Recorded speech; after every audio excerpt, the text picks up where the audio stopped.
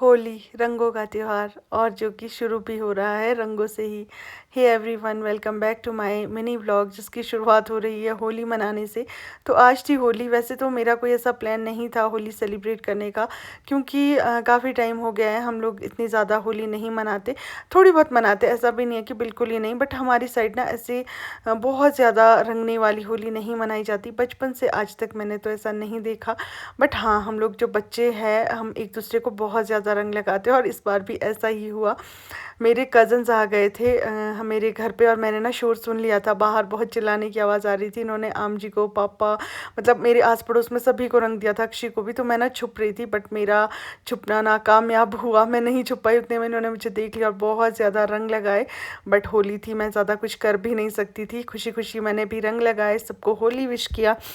और अंदर मैंने ना दाल में तड़का लगा रखा था जो कि जल चुका था ऑलमोस्ट ऑलमोस्ट।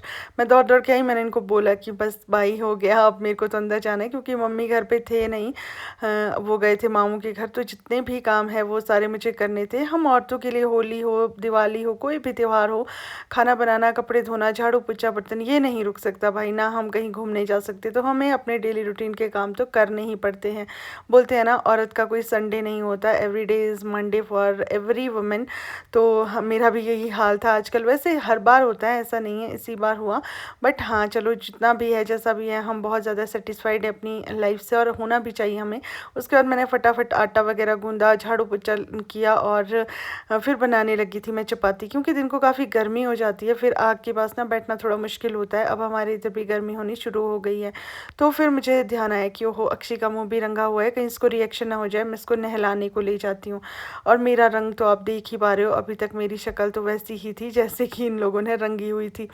फिर मैं आई, और काके ने इसके लिए पानी निकाल के रखा हुआ था, बोलते मैं नहला देता हूँ। और हमाम बुझ गया था, तो मैंने अपने नहाने के लिए, बाकी जो कपड़े वगैरह धोने उसके लिए हमाम चलाया, क्योंकि ठंडे पानी से कपड़ों से निकाल पाना भी मुश्किल था। उसके बाद जैसे ही मैंने इसको नहलाया, कपड़े वगैरह पहना के इसको छोड़ दिया इसके मामू के पास, और मैं चली गई वापस कपड़े धोने। और कपड़े भी मैं गर्म पानी से ही धोती हूँ।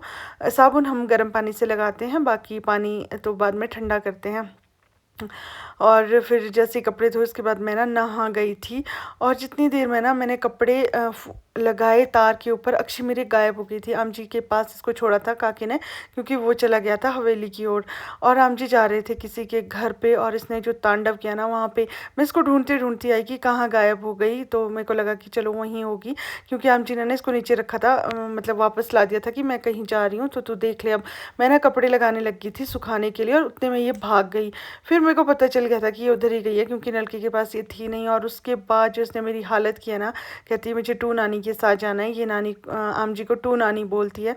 जैसे तैसे करके मैंने और अंजलि भाभी ने इसको चुप कराया। फिर ये सो गई थी, और उसके बाद मेरे जो काम है वो स्टार्ट हो गए थे। मैंने गाय को घास वगैरह डालना था, और लस्सी भी बनाने के लिए थी, इसलिए मैंने ना साथ के साथ यहाँ पे मशीन भी चला के रख दी थी, और ये तैयार हो चुकी थी। फिर मैं निकालने लगी थी यहाँ पे मक्खन, क्योंकि अगर लस्सी नहीं होती ना तो हम लोगों से खाना भी नहीं खाया जाता। हमारी हालत ऐसी होती है, हम पहाड़ी लोगों को आदत होती है बहुत ज़्यादा लस्सी की। और फिर मक्खन भी हो गए थे 5-6। मम्मी पता नहीं कब आएंगे, इसलिए मैंने सोचा क्यों ना इनका भी घी बना देती हूँ।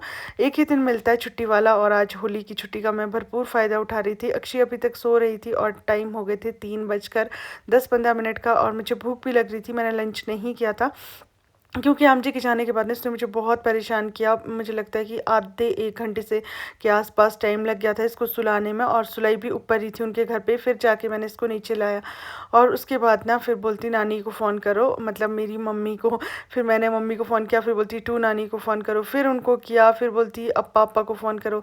उसके बाद ना फिर से रोने लग गई थी, क्योंकि इसको ना मम्मी की बहुत याद आती है, इसको आदत है मम्मी के साथ रहने की। फिर ना इसको मैंने भेज दिया था कि जाओ मामू के साथ गाय के पास, और खुद लगी थी मैं खाना बनाने। मेरे भाई थे आज, गए तो ये लंच के बाद होली सेलिब्रेट करने थे, बट आ गए थे वापस। पापा घर पे नहीं थे, जिसकी वजह से इनको गाय से दूध निकालना पड़ा। मैंने चावल वगैरह चढ़ा दिए थे। तो बस आज के व्लॉग में इतना ही। आपकी होली कैसी रही आप भी बताना। बाय।